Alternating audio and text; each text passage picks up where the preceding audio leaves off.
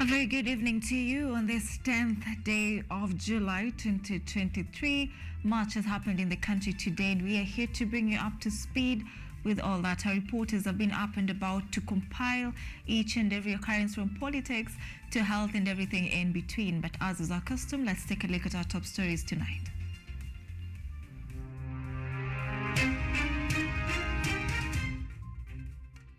Chief Justice Martha Koome to constitute a bench for Finance Act hearing as court declines to lift suspension on the finance law.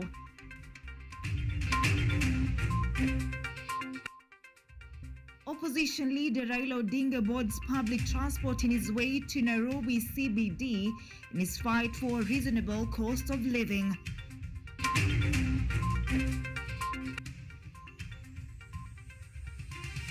President Ruto chairs IGAD Quartet meeting on Sudan conflict in Addis Ababa, Ethiopia.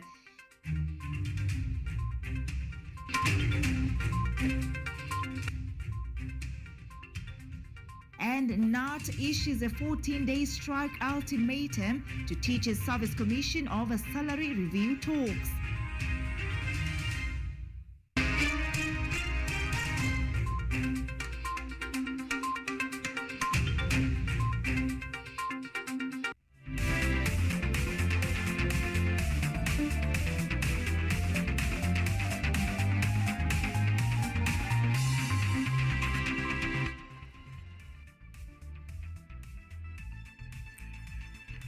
All right, welcome to the broadcast. Sami OKELLO is our sign language interpreter tonight. My name is ODIDA, and remember later on this broadcast we will be having an interview on the Finance Act 2023 that has just been suspended for the second time today. Remember also today is Money Monday, and you are live on our social media platforms at KUTV_Kenya. The hashtag is Money Monday. Let's get started. Now, the High Court has declined to lift conservatory orders barring the implementation of Finance Act 2023. The ruling was made today in the afternoon by Justice Mugure Thande amid contention from the respondents seeking to be allowed to lodge a submission of appeal. The government will have to wait longer with its new tax measures following a pending case which had been filed against the Finance Act by Busia Senator Okello Mtata.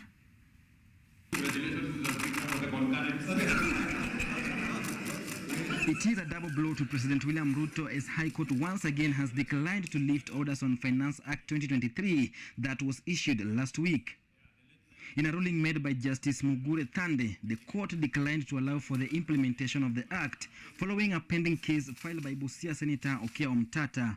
Justice Thande agrees with the petitioners that the case raises a substantial constitutional issues.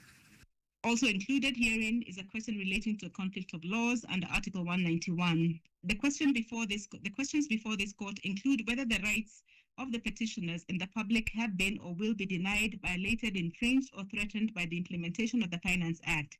Also to be determined is whether the entire process of passing the Finance Bill and the Act said by the respondents to have been done under the authority of the Constitution or of any law is inconsistent with or in contravention of the Constitution, and whether the Finance Act is unconstitutional.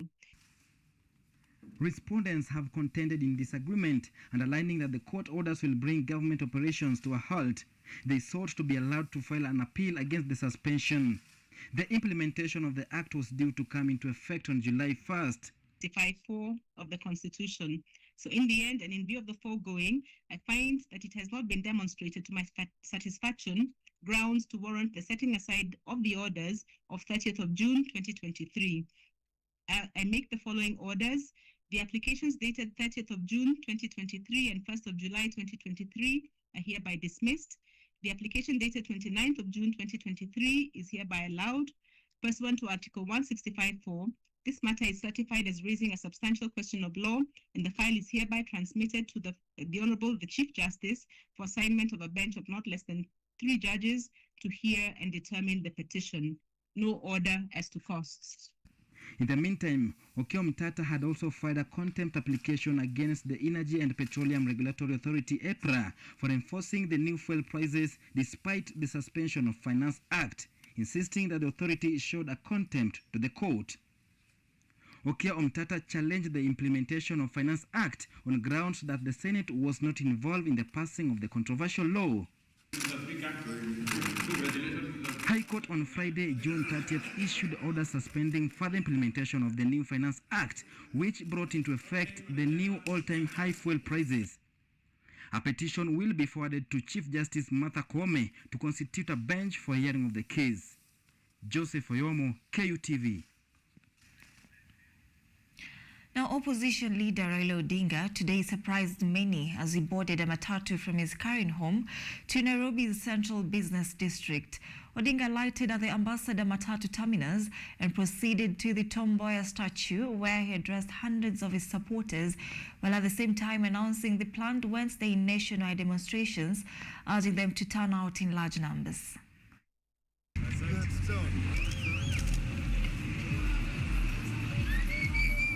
In an unexpected move today, Azimio la Umoja One Kenya coalition leader Raila Odinga left the country in talks following his move to use the public means of transport on his way to work.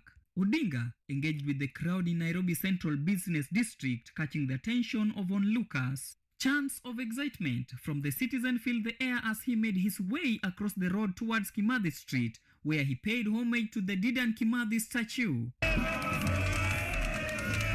Odinga then walked approximately 500 meters to Pronto, a popular eatery adjacent to the County Assembly of Nairobi, where he had breakfast with some members of the County Assembly, after which he proceeded to address his supporters. Jana, leo, tuliamua kuhisi vile wananchi wa kawaida wanahisi kila siku.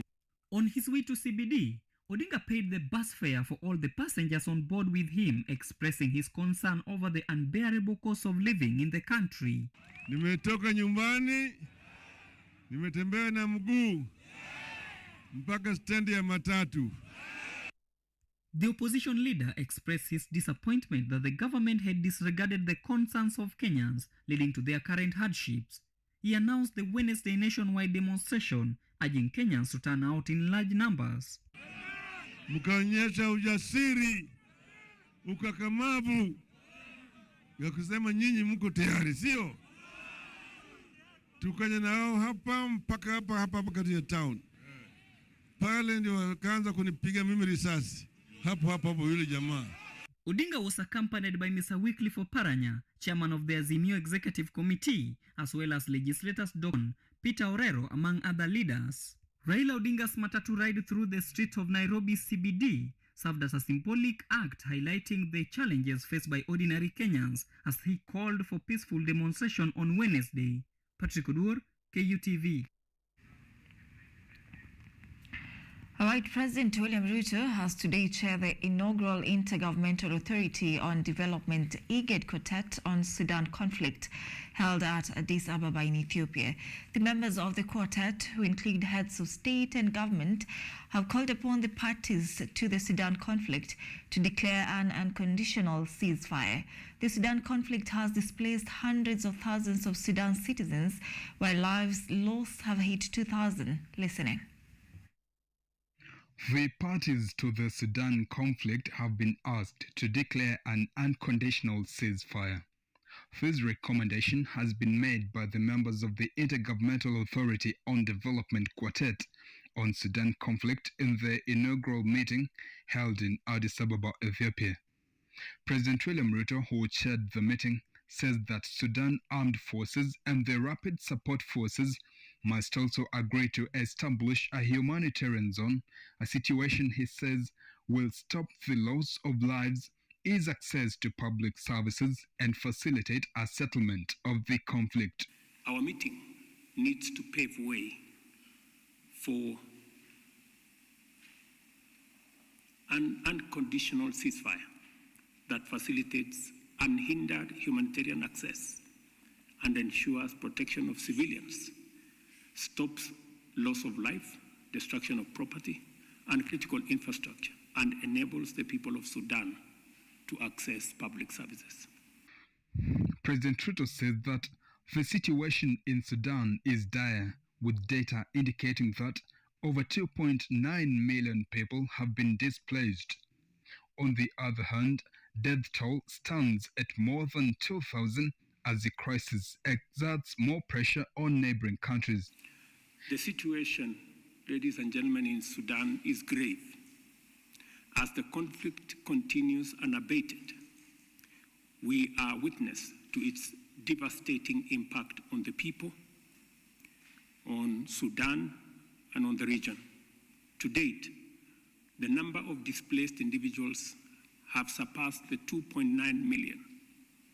More than 2.2 million people are internally displaced, while over 640,000 have sought refuge in neighboring countries. It is almost 12 weeks since intense fighting erupted in the Republic of the Sudan between the Sudanese armed forces and the Rapid Support Forces. We're gathered here today to take stock of developments in this unfolding crisis, which continues to deeply concerning as time passes. Conflict in Sudan has led to massive emigration of citizens to other countries. Ethiopian Prime Minister Abiy Ahmed, IGAD Executive Secretary Waki Gebeyehu, United Nations Secretary General for Humanitarian Affairs and Emergency Relief Coordinator Martin Griffiths, Djibouti Minister of Foreign Affairs and International Cooperation Mahmoud Ali Yusuf, and representatives from Sudan and rebel factions attended. Joseph Kess, KUTV. Interior Cabinet Secretary Kithure Kindiki has revealed that the fourth phase of exhumation exercise in Shakahola village, Kilifi County, has kicked off today. According to the CS, there are 40 more mass graves that could contain multiple bodies. Kindiki has pointed out that so far, 339 lives have been lost in the Shakahola tragedy. Further, Kindiki has noted that every religious leader must do their work in accordance with the Constitution and law, citing that there is no difference between rogue preachers misleading their congregants and terrorists. The CS has vowed that the government will do everything in its power to ensure that another Shakahola tragedy does not occur in the country. Katika shughuli ambayo tumeanza, nimesema ya kwamba tayari tumefukua miili 339. Na leo hii katika ile awamu imeanza leo, tuko na makaburi 40 ambayo hajafunguliwa, na kila kaburi mengine tunashuku iko na zaidi ya maiti moja katika ile kaburi. Still in the same breath, Interior Cabinet Secretary Professor Kithure Kindiki has issued a stern warning to those intending to participate in the planned Wednesday protest organized by the Azimio la Umoja One Kenya coalition. During the operationalization of Igoji Sub-County in Meru County and commissioning of the sub-county headquarters, Kindiki emphasized that anyone involved in such activities will face the full force of the law. Professor Kithure Kindiki has stated that the security agencies have been instructed to uphold the law firmly when dealing with individuals who pose a threat to public order and engage in acts of violence and looting with the intention of destabilizing the country. Wananchi waendelee kuishi bila hofu, kufanya biashara, kufanya ukulima, kwenda popote wanapotaka kwenda, kwa sababu hii ni nchi yao na ni nchi huru. The Interior CS mentioned that 6 people lost their lives, numerous individuals sustained injuries, and significant damage to property occurred during the Sabasaba protest organized by the opposition team last week on Friday. Tumepoteza watu 6 ambao wameuawa katika sehemu nyingi katika Kenya, eti walikuwa wakiandamana.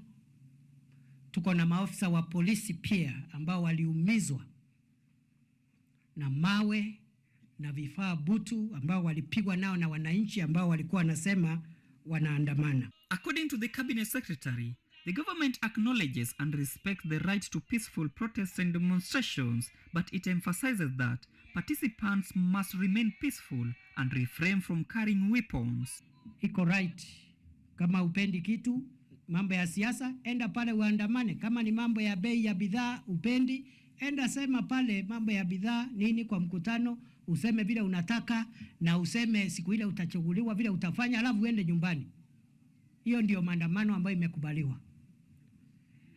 Kindiki was in Igoji sub-county, Meru County, where he oversaw the operationalization of the sub-county, the appointment of Zuhura Riga as the first deputy county commissioner, and the official opening of the sub-county headquarters. Additionally, the CS conducted a security meeting to address the ongoing conflicts between communities residing on the border of Meru and Tharaka Nithi counties. Kindiki's warning comes few hours after the Azimio leader Raila Odinga announced the Wednesday nationwide anti-government demonstration. Patrick Oduor, KUTV. The Kenya National Union of Teachers, NAT, has issued a 14-day ultimatum to the Teachers Service Commission to review the collective bargaining agreement CBA signed in 2021 and to increase teachers' salaries, as well as creating a conducive work environment, failure to which the union will down their tools. The Teachers Union wants TSC to review the CBA following the rise in the cost of living.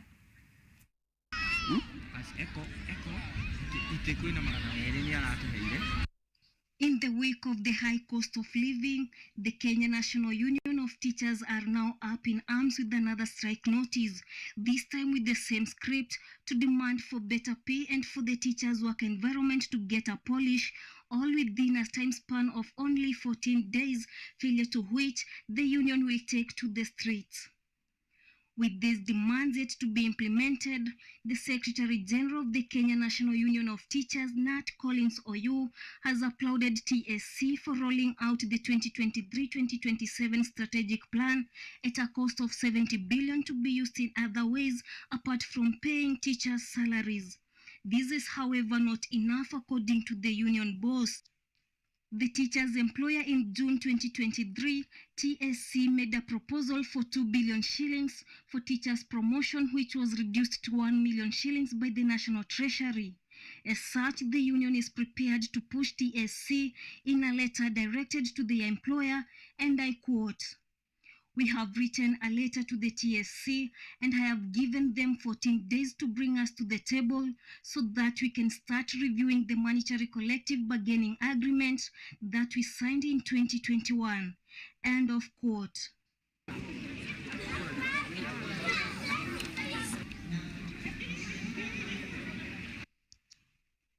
OU also raised issues with the Presidential Working Party on education reforms in proposal to reduce TSC powers to the benefit of the Education Ministry.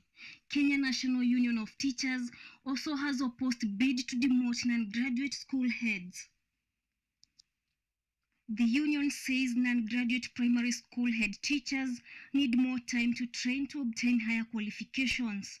The Kenya National Union of Teachers has rejected the move by the Presidential Working Party on education reforms to demote non-graduate primary school head teachers, which had proposed to teach for a shorter period of up to December 2023.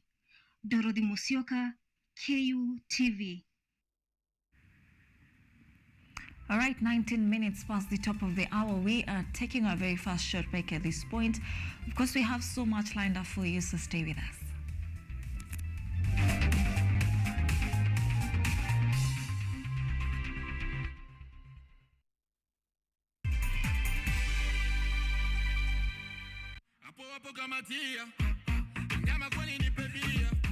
Maisha ni haya mwanaume ali. Sielewi yani hata neno moja. Yani tunasikia tu maboko likolo. Yani ukiniangalia tu huu mwamba huyu anafiti sehemu fulani. Wewe ni wewe inakaa. Without your love, I can't move on. Yo, that's our boy Rhino the Don. Keep watching and listening to KUTV.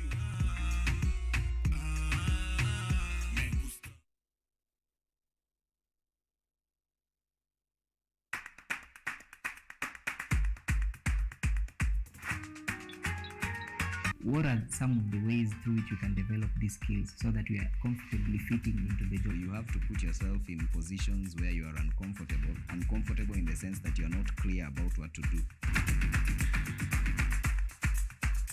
because I used to work a corporate job before. So when I left, I happened to visit someone's farm around this area. So this project is called Security Breach Detector and Furnace Familiarize. It is meant to be used to detect, detonate explosive. We'll tackle all the tough issues, discuss all the weird moments, and hopefully share a few laughs along the way.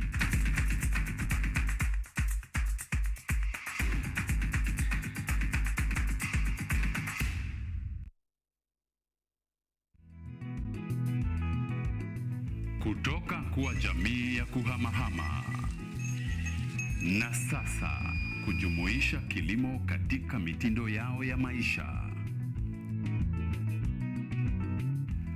Kwenye toleo la kaunti ya Narok, hii ni Boresha Kilimo, kwani afya bora ni kilimo bora. Kwani kilimo ndicho huboresha maisha.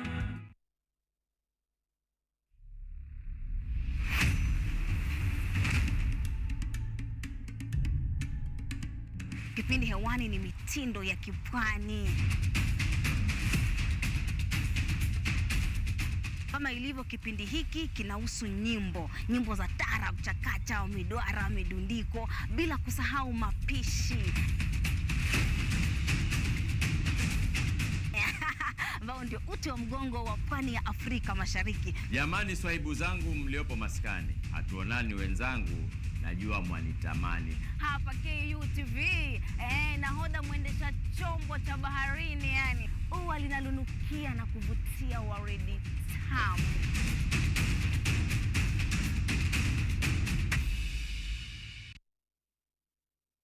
Are you an aspiring media practitioner, a graduate, or you just want to advance your skills in television production? Then welcome to Kenyatta University, where education meets innovation. KUTV, the premier university television station in Kenya, is now offering short courses in TV studio, field technical operations, and video editing.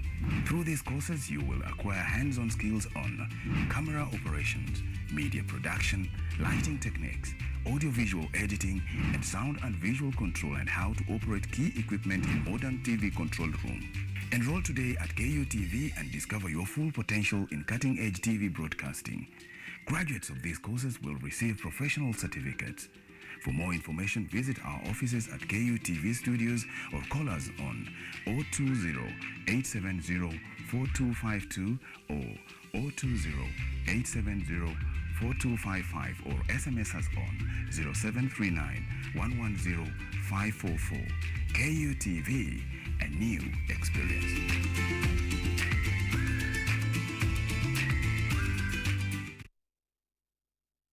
Hello everyone, this is the new chapter of Let's Be Fit. I'll be host DiCaplo. I'm here to give you various workouts. I'll be having different trainers. We'll have Zumba classes, we'll have aerobics classes, we'll have box exercise, we'll have kata box.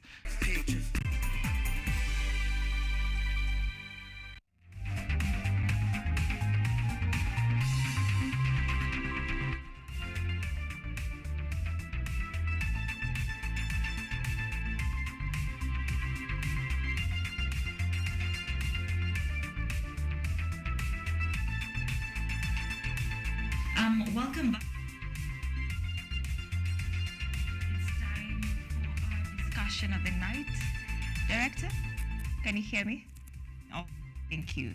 Welcome back to your broadcast. This is KTV Primetime News, and now it's time for a discussion of the night. We want to talk, it's Money Monday, and we want to talk about money, Finance Act, and everything in between. Now, just to bring it to attention, the Finance Act 2023 has been suspended for the second time today by the High Court.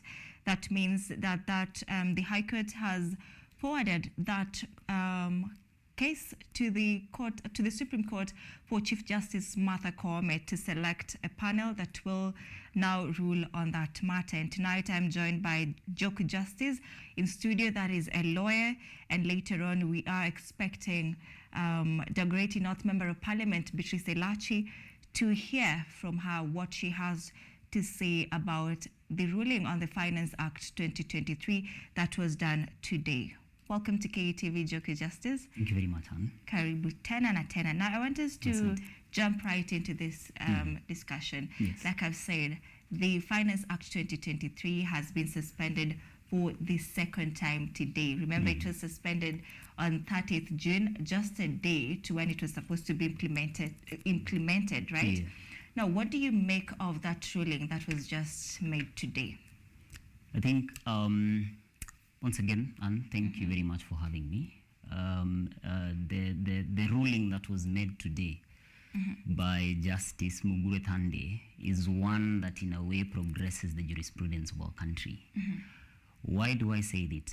I will begin from the Constitution of Kenya 2010. It is very interesting and it is a very nice thing that we have the most progressive constitutions in the world. And may I say that as a country, we should know that we have the most progressive constitution, and two, it is one of the most important legal instruments that we have in this country. And that is where we are able, at any point in time where we have disparities or issues with the law, we are able to go back to the courts and they're able to make basically determinations on the issues that we face as a country. Because Article 2 of the Constitutions bestows the supremacy of the Constitution, and Article 1 bestows the sovereignty of the Constitution to the people. So the people are the most fundamental and important resource that we have as a country. So today's ruling basically speaks to that. And to the extent that it speaks to the issue of the finance bill and suspending it is because probably its implementation going forward may go to the extent of infringing and violating constitutional rights that are provided for in the Constitution. All right, now when you say that today's ruling now just puts it as now the court having its jurisprudence, as you put it, and we see that EPRA, for instance, has implemented the 16% VAT that is in that Finance Act 2023. Does this really quantify to what you're saying? And let's just put it as this. Are there any actions or measures that can be put in place past this now that EPRA has already implemented that 16% VAT? Definitely, Anne. You see, at the moment, EPRA went ahead after the court issued its orders.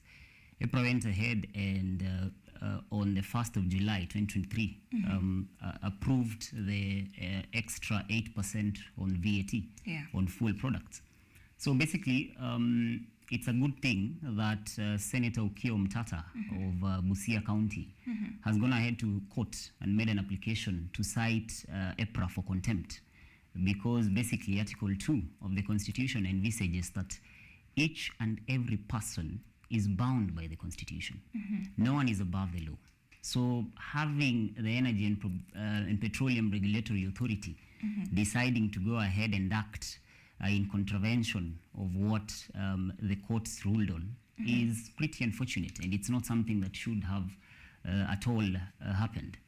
So going forward, they have already been, there's already a case pending in court.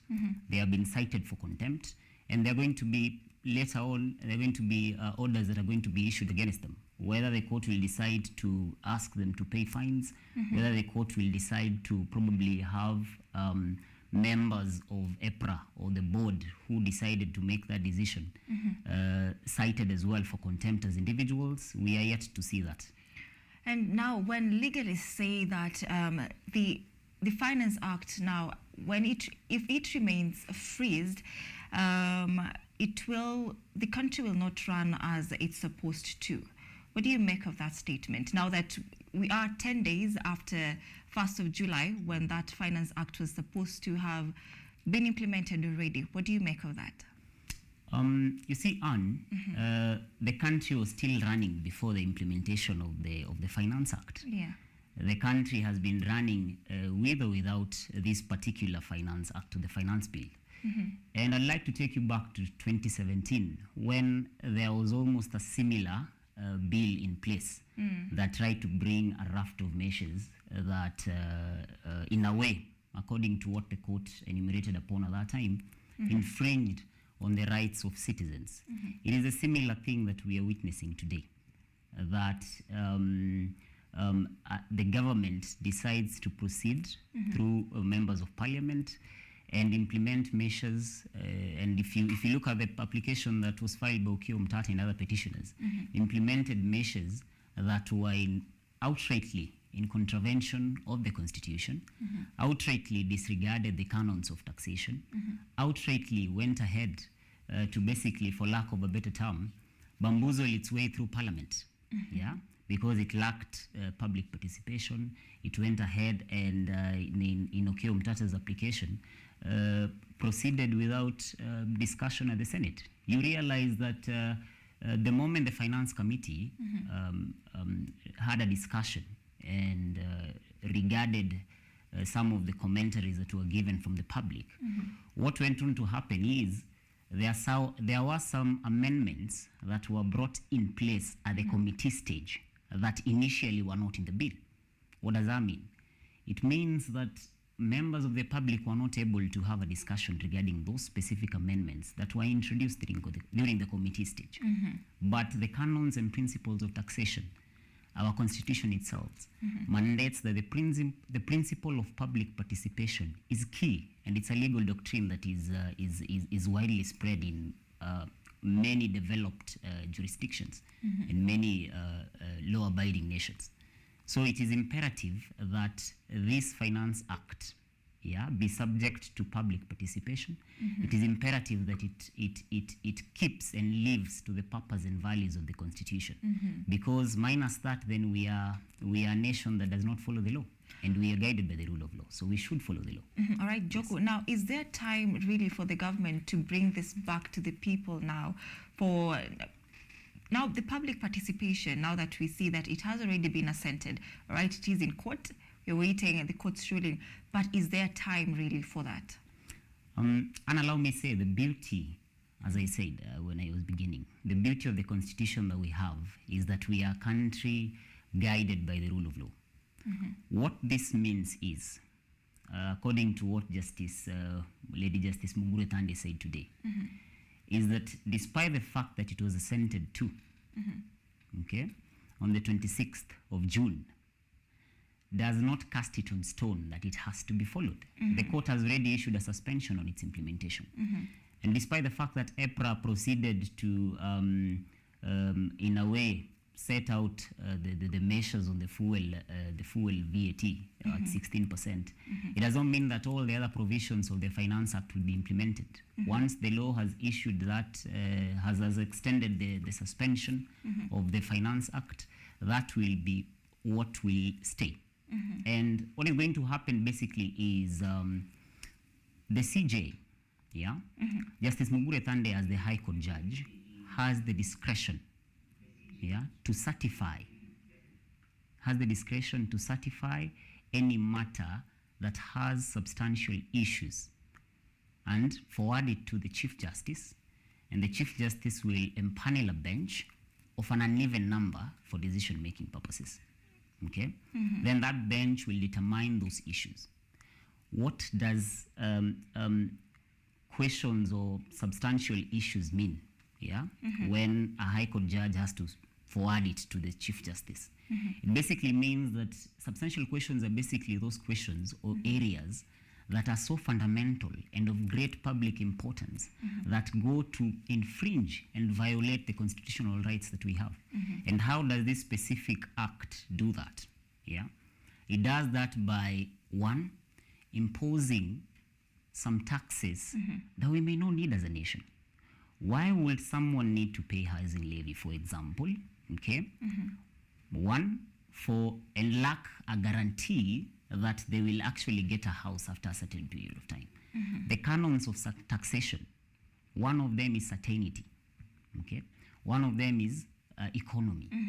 And economy presupposes that, the canon of economy, which is the canon of taxation, presupposes that every individual who pays taxes has to be able to conveniently pay their taxes and still be able to go back and have something left in their pockets kugharamia basically mahitaji yao, to be able to venture into business and everything. But what the situation we have right now is that there is introduction of so many taxes that the common mwananchi today is not able to pay their taxes, pay NHIF, NSSF, housing levy.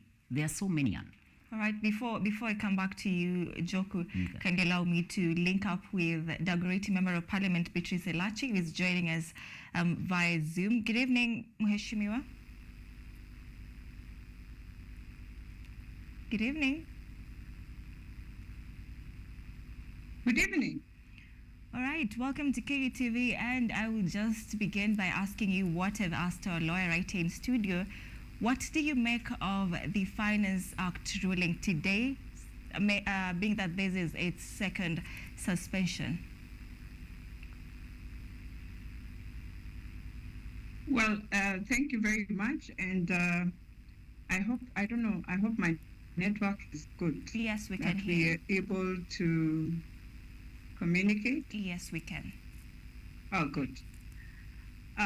First of all, one thing we have to appreciate is that for the first time in the 10 years that we've had our new constitution, or beyond 10, we have seen a robust participation of Kenyans and really following up to see what happens and whether we appreciate that there is importance of public participation.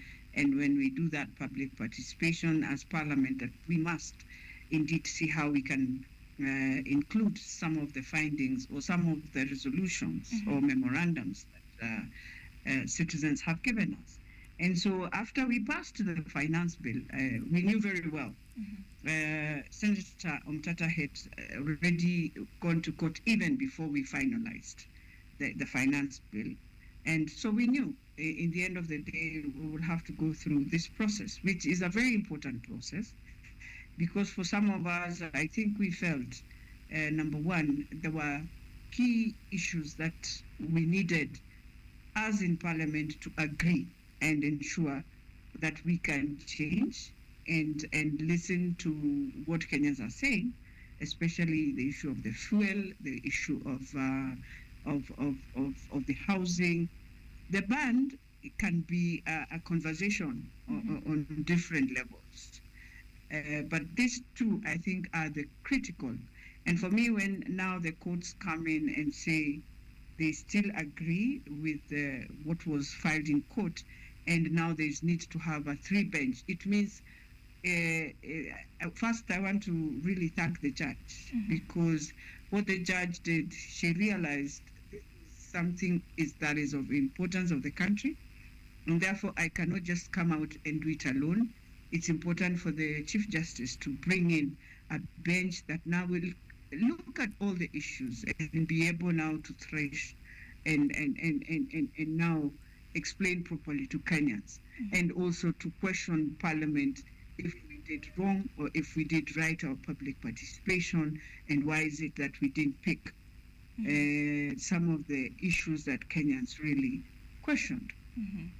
The other thing for me, and that is one thing I've kept on saying, is that how I wish, and I know yesterday I said it in Busia, and I'm repeating it, how I wish we can have a conversation of the mechanisms of the housing. Remember, in the beginning, it was it was going to be there, yes, but it was really 3%, but with some sort of reinforcing in what percentage Kenyans or those who are paying will pay. Then we changed it to a tax, which now becomes mandatory to every Kenyan, but at the same time, which has many questions of the mechanisms. Nobody would wish to have a bad house. Every Kenyan would wish to have a house. Yes. But then the mechanisms of ensuring you have that house, we have to be clear whether we are doing it for Nairobians. Yeah, I keep on reminding people, yes, if you are doing it for Nairobians, can we have a house that has dignity? Because the Constitution says, yes, in Article 43, that indeed those social needs should be taken care of. But then at the same time, it doesn't tell you just to do a house. It tells you to do a house that has dignity, that it can serve every Kenyan who is a young Kenyan with a family. And I always give examples of the houses that were done way back even before we were born. That was Maringo or Fafa. When you look at those houses and the rooms then, and those were affordable housing then, you find it's a house that has accommodated very many, and it was a humble house, but a house with dignity.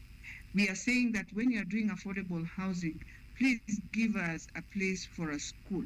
Because you remember, you cannot just give me a house and I don't have a school, I don't have a hospital, yet at that time we are bringing in an infrastructure of again more than 3,000, 4,000, 5,000 people. Those are households. So you can imagine if one household has, I don't know how many family members. I am saying a fuel levy.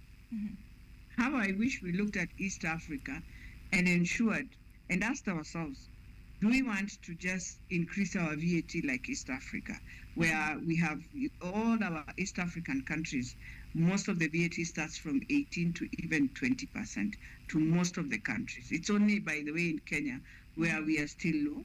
But you see now in Kenya we are still low, and we have so many other levies that we bring in, and it strains. So if we can put our VAT at one level, 18% or whatever, and then you take care of all these other levies that we put on top, every Kenyan will feel, yes, we are burdened, but it is one burden we are carrying, all of us. And so when you look at the now fuel, the way we've put it at 16%, fine. How I wish we would have done it staggering, so that you put a certain amount within this finance bill, and we move, because we know, yes, we have to survive. We know we have come from post-COVID. One of the things I want to tell Kenyans, we can also not run away that there was a time the world just came to a stagnant for 3 years. And so everyone came down.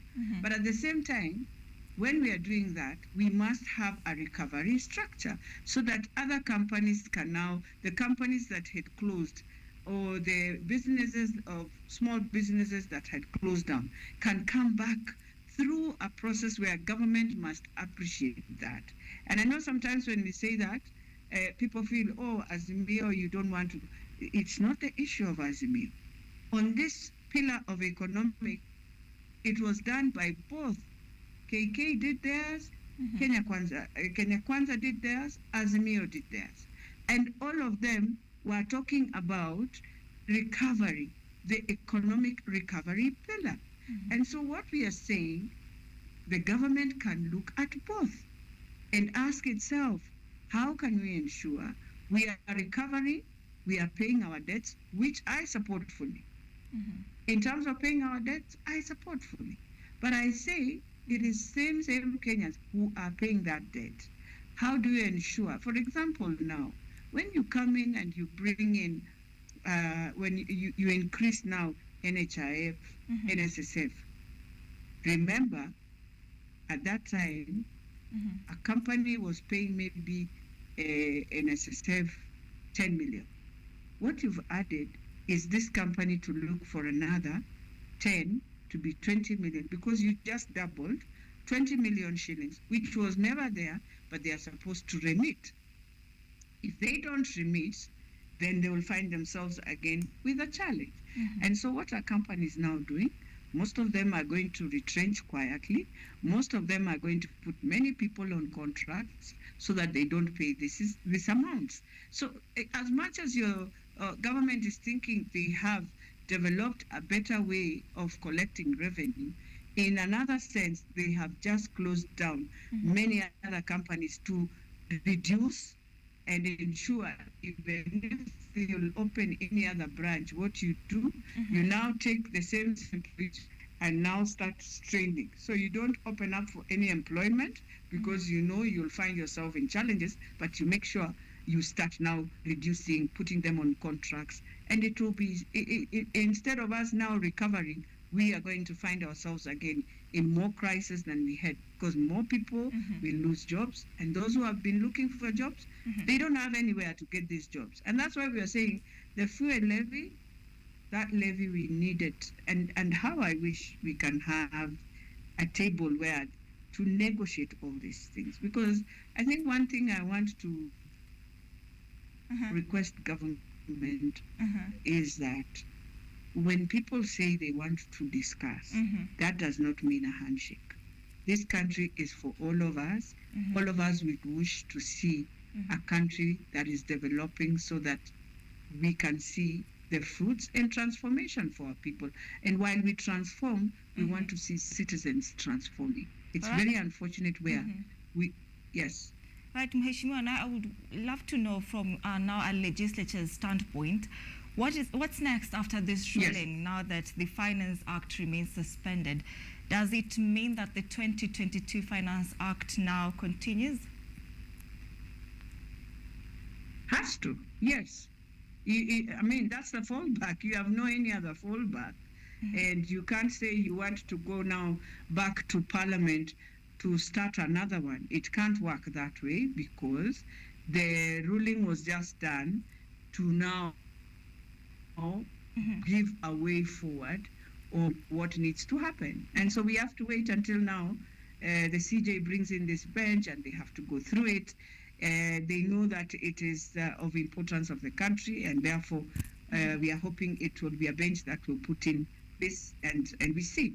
Because whatever ruling that will come, that is what we will have to follow. And for me, it is very unfortunate because these are some of the things, if we were sitting down and negotiating in Parliament, we don't need the judiciary to be the arm now to decide how the finance bill will be, but it is going to happen that way.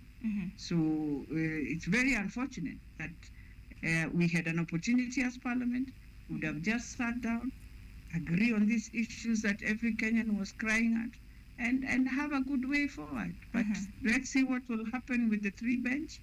And definitely as Parliament we will have to follow. If we shall be told we have to go through and re-amend, that's what we will have to do after the ruling. But for now, you can only fall back to your 2022 finance bill and continue using it to serve Kenyans. Now, before we let you go, I would love to know, how can Kenya come up with mechanisms that now will, all parties involved will now accept and be content with the Finance Act moving forward? Well, I think, now this is my opinion, and you know sometimes when I say that, I always find myself in a lot of trouble. I think right now, because the finance bill is going to now go to a three bench, I think we can say as a team, we now look at what the courts are saying, unless we want to now do other things. But for me, the most important thing is to look at the courts and to now put together our minds, both sides, to be in court. To see how we move with the case. If that is what we are really, you see, we have to be truthful also to Kenyans. If we are fighting because of the finance bill, if we are on this because of the finance bill, then let's follow. We have a process that has opened up. The best we can do is to do more public participation and civic education to tell Kenyans what was really in this bill, so that they understand better. Yes, we've done a robust public participation, but after that, I think Kenyans need to know, what did we pass, so that people won't feel on this side, oh, why are these ones stopping government? And on this other side, we are saying, look, we have been saying this, and I think it's good to have a very clear elaborate way of making Kenyans understand, so that we have a good support base of what we have done is rightful and what Kenyans wanted is this, and therefore what will also come to the courts, we are hoping can be of supporting Kenyans and making it better, that they will wish to pay their taxes, because you cannot stop paying taxes, you will be charged, but at the same time they are saying, give us a breather for us to be paying in this manner until we get to see we have grown, we are growing, our growth is there, our GDP is growing.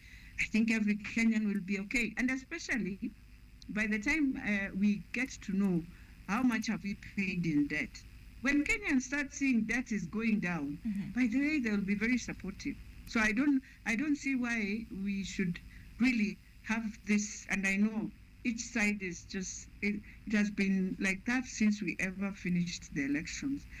But I want to plead that sometimes it's to have a conversation on an issue. And by the way, Kenyans are very good in that.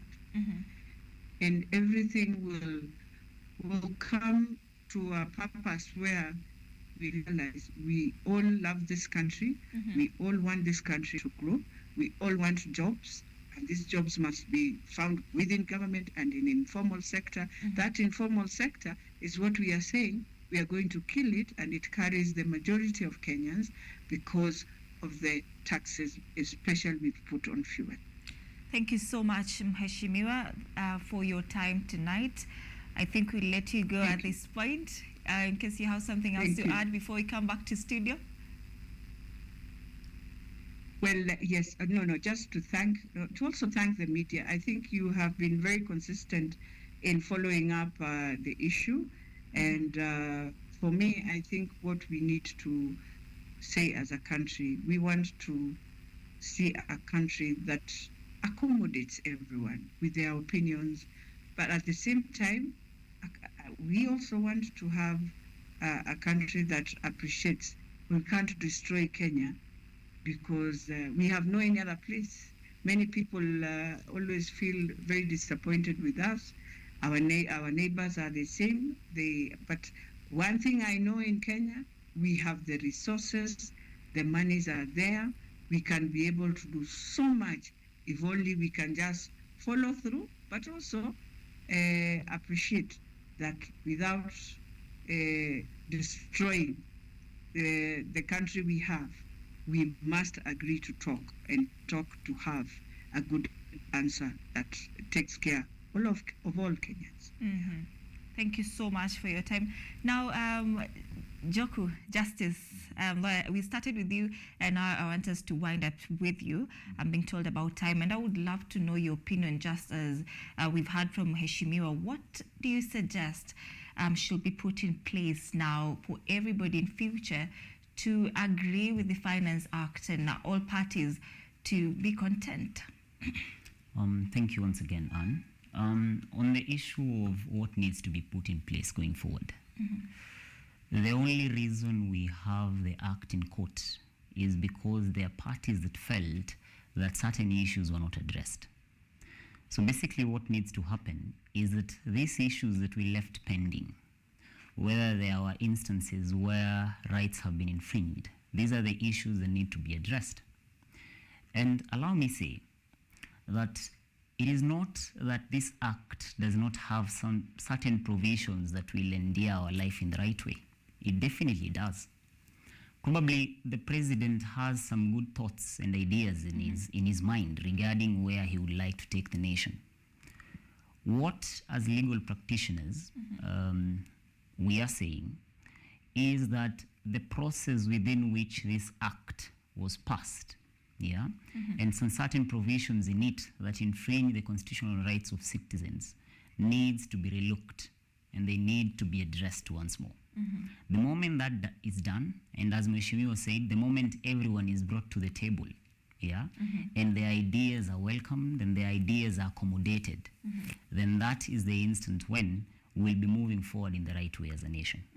Because objectively speaking, I do yearn for that moment when our politicians, being members of the legislature, will delve into issues, discuss each and every one of them without them considering their political affiliations, but with them looking at the objectivity of each and every provision based on what the Constitution says, based on the spirit of our laws, and based on the rule of law. And most of all, ensuring conformity with the Constitution of Kenya 2010. The moment that will happen, then I will be certain that as a nation, we are going forward in the right way. Thank you so much for your time, Joku Justice. I think we'll wrap it at that.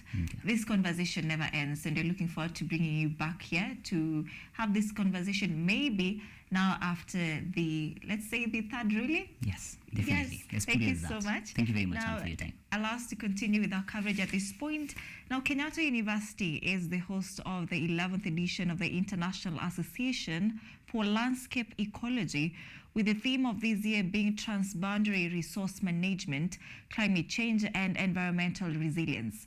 The event has brought together landscape ecologists from public, private, and non-profit sectors to address a broad spectrum of environmental challenges and their potential solutions. Edward Nyamo with more in this report.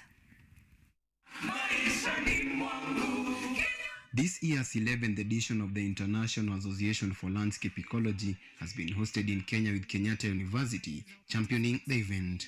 The 2023 World Congress will be a hybrid event and is for the first time being hosted in the Global South. It's through conferences such as this that we can share on the broad spectrum of local and global ecology issues. And I now wish to officially declare this conference open. Vice Chancellor Kenyatta University Professor Paul K. Wainaina has said that the event will address environmental development with the need to manage climate change. Professor Wainaina has called on young people to lead from the front in coming up with solutions on issues affecting landscape ecology. At Kenyatta University, we feel particularly honored to be hosts of the event that is being held in Africa for the first time since its inception in 1980. Ladies and gentlemen, Kenyatta University, through her programs and curriculum, is focused on capacity building, on researchers to conduct credible research which can have an impact that leads to sustainability of the ecosystems. The event, which has brought together 400 participants from different countries, is looking forward to promoting global collaborations and at the same time providing infrastructure to support global environmental conservation. Over the next few days, you have the privilege of engaging in thought-provoking discussions and attending enlightening presentations. I encourage all of you to embrace this conference as a transformative experience. Let us seize this opportunity to challenge our assumptions, broaden our horizons, and envision a world where landscaping ecology is not just a field of study, but a guiding principle that shapes our interactions with the environment. According to IALE management, there is need for countries to collaborate with scientists and researchers when coming up with mega infrastructures and solutions on climate change. Our primary mission is to promote global collaboration. So IALE promotes landscape ecology as a scientific basis for analysis, planning, and management of landscapes around the world.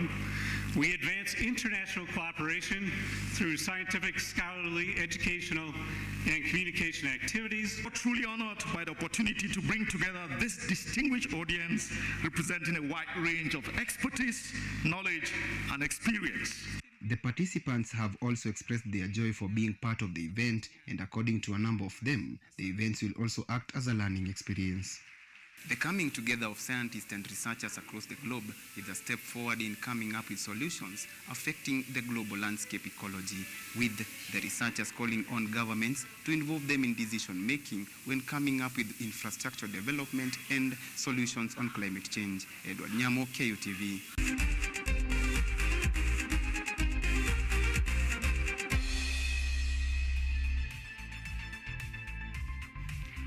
Now in sports news, this year's National Motocross Championship Round 5 has been marked with fun and traction. The event held at Vipingo Ridge Racetrack in Kilifi County attracted hundreds of motorsports fanatics who braced the cloudy day to watch the thrilling competition. Kilifi Governor Gideon Mungaro noted that the event has significant impact on economy as it significantly boosts tourism in the country. Winners too.